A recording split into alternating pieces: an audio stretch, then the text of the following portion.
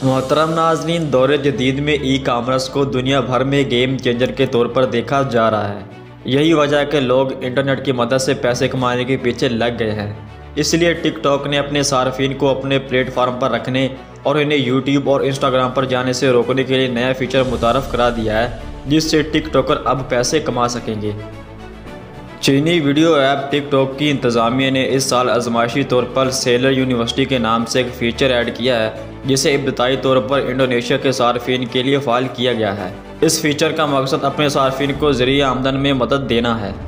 TikTok का कहना है कि इस ज़माने में हम सेलर के टूल के लिए असबाक मालूमात और अपडेट फराहम कर रहे हैं। इस तरह सार्फिन बड़ी तादाद में खरीदो फरोख्त शुरू कर सकते हैं। सार्फिन कई तरह से अपनी अशिया बेच सकेंगे।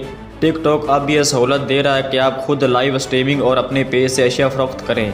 दूसरी जानब वीडियो में सामने और पस मंज़र में भी अशिया डाली जा सकती है और उन्हें फ़रोख्त किया जा सकता है। जो भी अब अकाउंट बनाएगा वो प्रोफाइल की दूसरी टैब में अपनी अशिया फ़रोख्त के लिए रख सकेगा।